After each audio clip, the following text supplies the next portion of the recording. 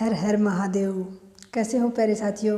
उम्मीद करती हूँ आप सब अच्छे होंगे और खूब मन लगाकर पढ़ाई कर रहे होंगे।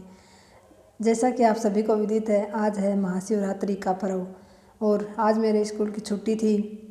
छुट्टी के दिन मैं घर भी नहीं जा पाई क्योंकि कल ही 12वीं क्लास का ज्योग्राफी का एग्ज़ाम है, उसमें मेरी ड्यूटी है। सुबह सुबह 8 बजे घर से पहुंचना मुश्किल होता है, इसलिए मैं यहीं रह गई और यहाँ रहकर मैंने आज इस गांव में बने मंदिर में गई क्योंकि शिवरात्रि का व्रत था। तो मैंने भी सोचा क्यों ना मैं भी इस गांव में आई हुई, मुझे 1 डेढ़ महीना हो गया, इस गांव का मंदिर भी देखा हूँ। तो मैं गई। वो मेन मंदिर तो राधा कृष्ण का है, लेकिन उसमें भगवान भोलेनाथ की भी मूर्ति रखी हुई है और मेरे इष्ट देव बाबा बजरंगी की भी मूर्ति थी। तो मंदिर बहुत ही अच्छा था। और एक और अच्छा अनुभव हुआ वो ये कि वहाँ सब हमारे स्कूल के बच्चे भी आए हुए थे, जो सभी अपनी मम्मी बहन दादी जो भी साथ में आई थी सभी को बता रही थी कि ये हमारी मैम है। सभी बड़ी बूढ़ी छोटी बड़ी सभी मुझे नमस्कार कर रही थी। तो एक अलग ही अनुभव हुआ, बहुत खुशी हुई अंदर से कि हाँ, यही मेरी असली कमाई है कि लोगों से इतना सम्मान मिलता है। मैं भी आप जैसी ही हूँ, मैं भी उन महिलाओं जैसी ही हूँ, लेकिन बस मैं बच्चों की मैम थी तो उनकी देखने का नज़रिया दूसरा था मेरे प्रति, और कुछ फ़र्क नहीं है। लेकिन फिर भी बहुत खुशी हुई। और इसी के साथ एक और खुशी हुई कि मंदिर में ही मुझे मेरी एक फ़ैन भी मिल गई जो यूट्यूब पर मेरे वीडियो देखती हैं। बहुत ही अच्छा लगा उनसे मिलकर भी। उनका समर्पण वास्तव में गजब का है अपने लक्ष्य के प्रति, और मेरा मन कहता है कि भोले बाबा उनको ज़रूर कामयाबी दिला देंगे, क्योंकि भोले बाबा की वो भगत हैं और उनका भोले बाबा पर अटूट विश्वास है। और भोले बाबा अपने भक्तों को कभी निराश नहीं करते हैं, क्योंकि मैंने उनको 10 बजे का कहा था और मंदिर में पहुँचते पहुँचते उनको 11 बज गए थे। लेकिन संयोग ही ऐसा रहा क्योंकि भोले बाबा ने हमारा मिलना लिखा था, तो हमें भी लेट हो गया। मंदिर में भीड़ थी, लेकिन मैं निकल रही थी मेन गेट से बाहर और वो आ रहे थे, तो वहीं हमारी मुलाकात हो गई। बहुत अच्छा लगा उनसे मिलकर। वास्तव में बहुत समर्पित हैं अपने लक्ष्य के प्रति वो, और ऐसे ही समर्पित विद्यार्थी जो हैं वो कामयाब भी होते हैं। तो वो भी एक अलग ही अनुभव रहा कि उनके चेहरे पर भी खुशी देखने लायक थी। वो मुझे अपनी बड़ी दीदी समझ रही थी। बस अपनी बड़ी दीदी समझो या कुछ भी समझो, लेकिन मैं भी आपके जैसी ही हूँ, मैंने भी संघर्ष देखा है। बस आपके और मेरे बीच अब अंतर थोड़ा सा ही है कि मैं अब सफल हूँ और आप अभी सफल हुए नहीं हो, इतना सा ही अंतर है। अपने लक्ष्य के प्रति समर्पित रहे तो आप भी सफल हो जाओगे। तो आज छुट्टी के दिन मैं मंदिर गई। इसके अलावा मैंने एक और काम किया। 12वीं फेल जो फिल्म आई थी उसको रिलीज़ हुए तो कई दिन हो गए, लेकिन मेरी बहुत इच्छा थी कि मैं उस फिल्म को देखूं। इच्छा इसलिए थी कि उसमें विकास दिव्य कीर्ति सर का रोल था। विकास दिव्य कीर्ति सर हम सब के लिए बहुत ही प्रेरणादायक टीचर हैं। बहुत ही शानदार उनके पास अनुभव है, ज्ञान है, सब कुछ है, यानी उनकी कोई बराबरी नहीं कर सकता। इतने अच्छे मार्गदर्शक हैं वो सभी के लिए। तो उनका रोल था, इसलिए देखने का मेरा बहुत मन था। तो आज मैंने वो फिल्म देखी। आप में से किस किस ने वो फिल्म देखी है मुझे कमेंट करके ज़रूर बताएं, 12वीं फेल पिक्चर। और अगर आपने नहीं देखी है तो आप इस पिक्चर को ज़रूर देखना, आपको बहुत कुछ सीखने को मिलेगा। जैसे कि कोई साथी निराश है, सफलता नहीं मिल रही है, तो वो भी इससे सीख सकता है। क्योंकि मनोज शर्मा जो है IPS अधिकारी, उन्होंने भी बिल्कुल जीरो से शुरुआत की थी। उनको कुछ पता नहीं था। ग्वालियर के लिए गए थे, लेकिन फिर वहाँ कोचिंग वगैरह बंद होने के कारण वो अपने एक दोस्त के साथ दिल्ली चले जाते हैं और वहाँ जाकर वो हर छोटे से बड़ा साफ़ सफाई से लेकर आटा चक्की तक पीसने का काम करते हैं। तो इससे हम ये भी प्रेरणा ले सकते हैं कि काम कोई छोटा या बड़ा नहीं होता, और जो काम करते हुए साथ साथ मेहनत करता है, तैयारी कर रहा है, उसकी सफलता की संभावना उसके मुकाबले अधिक है जो सिर्फ तैयारी कर रहा है। क्योंकि काम करने वाला काम करता है, बाकी का बचा टाइम वो अपने पूरे समर्पण के साथ तैयारी को देता है। जबकि जिसको करनी ही तैयारी है वो चाहे 10 से 12 घंटा पढ़ता है तो भी वो इतना ही पढ़ पाता है, क्योंकि सारे दिन पढ़ना भी आसान काम नहीं है। सारे दिन दिमाग जो हमारा वो ग्रहण नहीं कर पाता है। और जो साथी 5 से 6 घंटे ही तैयारी कर पाते हैं वो उतना ही सीख लेते हैं जो एक सारे दिन तैयारी करने वाला सीख पाता है। तो इस फिल्म से मुझे बहुत कुछ सीखने को मिला कि हम कभी भी रीस्टार्ट कर सकते हैं। यानी जब तक हम सही सलामत हैं, हम जीवित हैं, तब तक ऐसी कोई निराशा जैसी बात नहीं होती। तो हम कभी भी शुरुआत कर सकते हैं दोबारा से अपनी ज़िंदगी की। विकास सर का रोल बहुत ही अच्छा लगा। छोटा सा रोल था लेकिन बहुत ही शानदार लगा। बस उसी रोल के कारण मेरी इच्छा थी कि मैं ये फिल्म देखूं।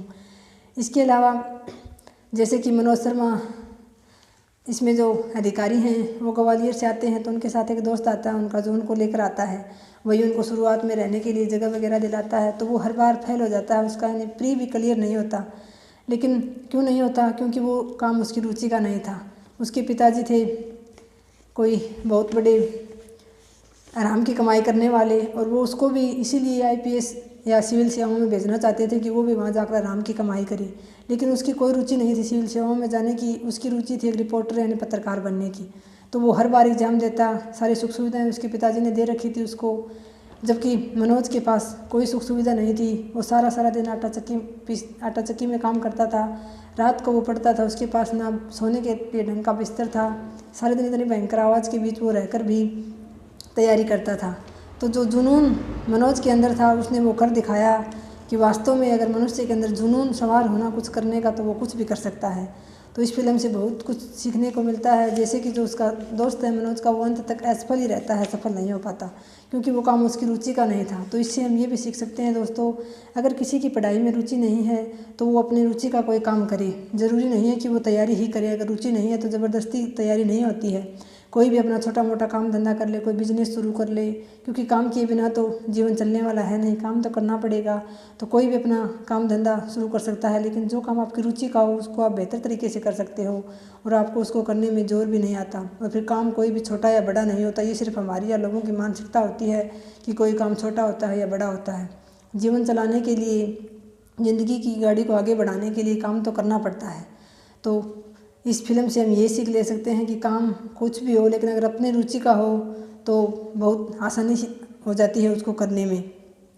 और फिर सबसे ज़्यादा बात तो इसमें मनोज सर के जुनून की ही लगी कि उन्होंने कैसे कैसे विपरीत परिस्थितियों में भी लेकिन हार नहीं मानी। अंत तक वो, जो शुरू में उन्हें एक इंस्पेक्टर ने कहा था कि चीटिंग छोड़नी होगी, 12वीं में एक बार फेल हो जाते हैं, दोबारा सभी बच्चे चीटिंग करके फर्स्ट डिवीज़न से पास होते हैं, जबकि मनोज 3rd डिवीज़न से पास होता है, लेकिन खुद के बलबूते पर पास होता है। तो उसी एक बात को वो गांठ बांध लेता है कि चीटिंग छोड़नी होगी, और फिर लास्ट तक कहीं भी वो चीटिंग नहीं करता है, ईमानदारी दिखाता है। और ये फिल्म हमें यही सिखाती है, शुरू में भी इसमें लिखा है, अंत में भी लिखता है कि ये फिल्म उन मुट्ठी भर सिविल सेवकों को समर्पित है जिनके बलबूते पर आज भी ईमानदारी जीवित है। तो साथियों, ये मुट्ठी भर ही हैं ईमानदार लोग, लेकिन फिर भी ईमानदारी अभी इस दुनिया में जीवित है, चाहे कोई कुछ भी कह ले। हाँ, एक बार जैसे कि मनोज सर के पिता का रोल निभाया है, उनके पिता भी ईमानदार हैं, लेकिन एक बार वो बीच में टूट जाते हैं और कहते हैं कि हम विधायक का कहना मान लेंगे, हम वो कहेंगे वो कर लेंगे, वापस गांव चलो। लेकिन मनोज उनकी हिम्मत बंधाता है।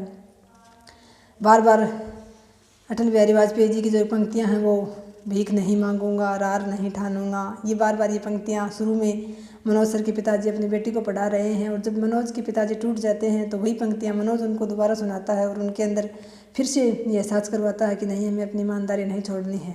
और अंत में ईमानदारी की जीत भी होती है। साथियों, ऐसी बात नहीं है। हाँ, बेईमानी भ्रष्टाचार का बहुत बोलबाला है और ईमानदार लोग मुट्ठी भरी रहे हैं, लेकिन जितने भी रहे हैं, यानी अभी भी लोगों का ज़मीर जिंदा है, अभी भी ईमानदारी सच्चाई जिंदा है इस देश में। और साथियों, लास्ट तक ईमानदारी और सच्चाई का ही पछता है। लोग चाहे कितनी ही बेईमानी कर लें, कितने ही घोटाले भ्रष्टाचार कर लें, कभी ना कभी तो उनका पर्दाफाश होता ही है। और अगर वो नहीं भी होता है, वो कमाई करके भी लेते हैं, तो उनको कभी चैन सुकून नहीं मिलता है, हमेशा वो तकलीफ़ में ही रहते हैं। और जो ईमानदारी की कमाई करता है, उसके पास भले ही पैसे ना जुड़े, भले ही गाड़ी बंगले ना हों, लेकिन वो चैन और सुकून की नींद सोता है। तो इस फिल्म से हम बहुत कुछ सीख सकते हैं। बस आज छुट्टी थी तो मैंने इस छुट्टी का ये फ़ायदा लिया कि मैं मंदिर में गई और ये फिल्म देखी मैंने। आपको तो ये वीडियो कल मिलेगा, और कल है 12वीं क्लास का एग्ज़ाम, तो सुबह सुबह मेरी ड्यूटी है, इसलिए मैंने आज का अनुभव आपके साथ शेयर करने के लिए ये वीडियो बनाया है। आपने अगर पिक्चर देखी है तो आप ज़रूर बताएं मुझे कि आपको इससे क्या सीखने को मिला। मुझे तो बहुत ही अच्छी लगी ये फिल्म। मैंने इसको देखा, कई दिन से मेरी तमन्ना थी इसको देखने की, जो आज जाकर पूरी हुई महाशिवरात्रि के दिन। तो बहुत ही अच्छी फिल्म लगी। वास्तव में व्यक्ति के अंदर जुनून हो कुछ कर गुजरने का, तो परिस्थितियाँ मायने नहीं रखती कि उसकी परिस्थितियाँ अच्छी हैं या बुरी हैं, क्योंकि अनुकूल परिस्थितियों में तो कोई भी सफलता प्राप्त कर सकता है।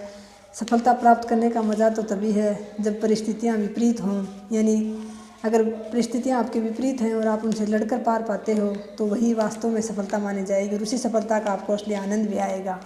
तो धन्यवाद साथियों, एक बार फिर से आप सभी को महाशिवरात्रि पर्व की हार्दिक शुभकामनाएं। जय हिंद, जय भारत।